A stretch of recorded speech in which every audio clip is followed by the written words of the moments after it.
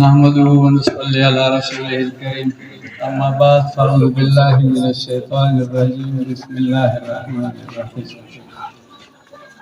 هر موضوع باندې چې خبره کیږي نو د هغې دپاره اول ذهناً خلک ځان تیاروي.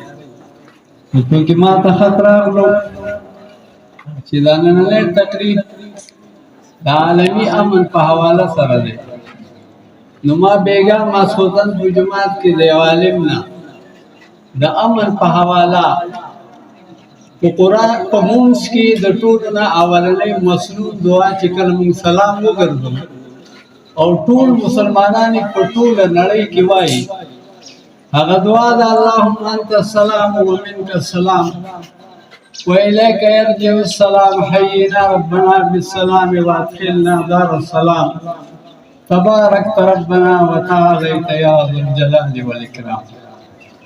چې حضور علیہ السلام سنت دی چې د فرض مون نه بتاسو د امن غوښتنه کوي چې خدای ته د امن خاوند دی، مونږ له امن راکړي، ته د ډېر لوی تبرک او د جلال خاوند دی.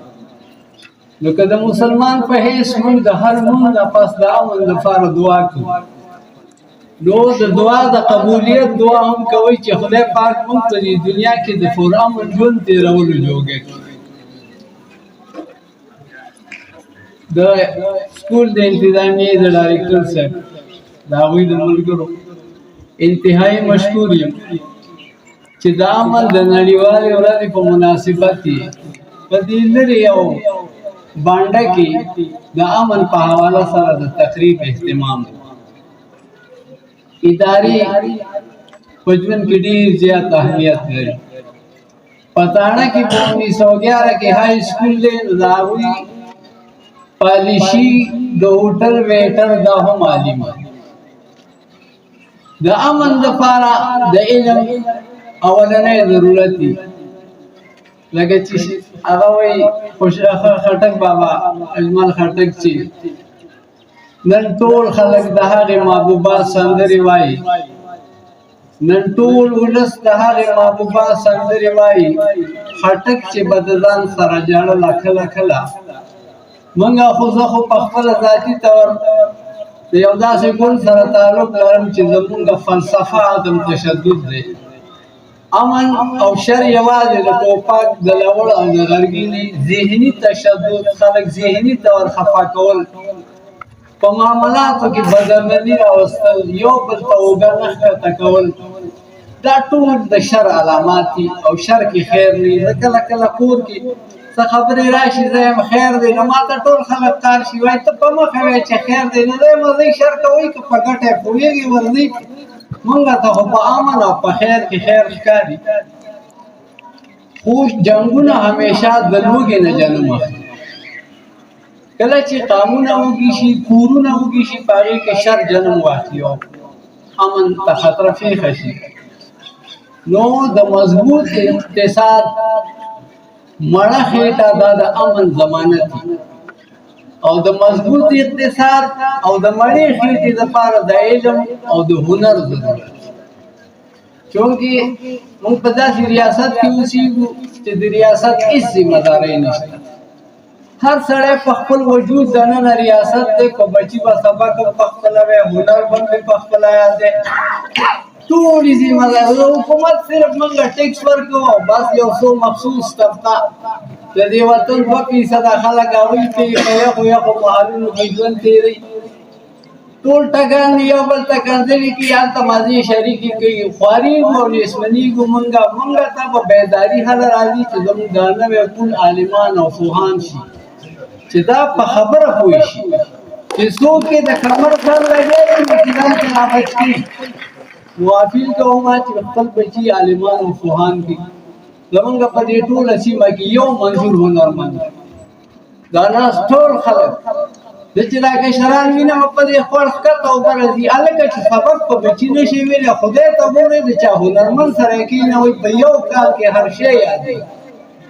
په دې عدالتونو کې چې دغه کوم سړی اواز کوي چې فلانی بنامي فلانی که نه، هغه سړی چې یو څو کاله په عدالت کې تېر کړي د وکیل او د جج عمره پوهېږي. نو که په بچو الله تعلیم نشي حاصلولی دا بچي هنرمندان کې ځمکې لنګېږي نه.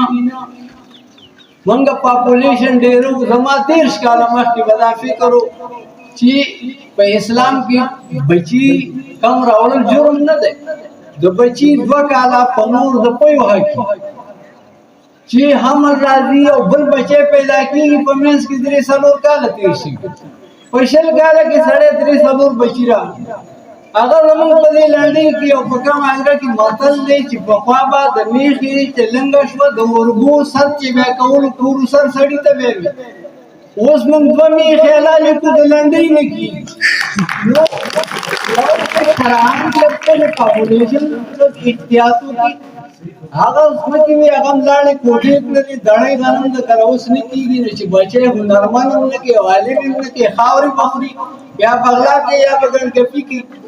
نو د ژوند دپاره څه اصول دي. ژوند تېرول ګپ نه دی. دا ژوند د خدای تعالی د طرف نه ډېر لوی نعمت دی. یوه یوه لحظه ډېره قیمتي ده.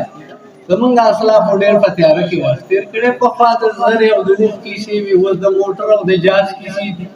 د دنیا نه کلی جوړ شوی دی.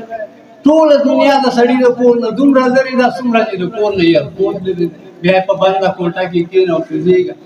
خو چې بچی دی عالم او هنرمند زه به امبیسۍ کې وم په سعودي عرب کې خلک به رالي یاره چې انګلینډ ته به څنګه لاړ شم. ما انګلینډ ته مزدوران نه پرېږدي.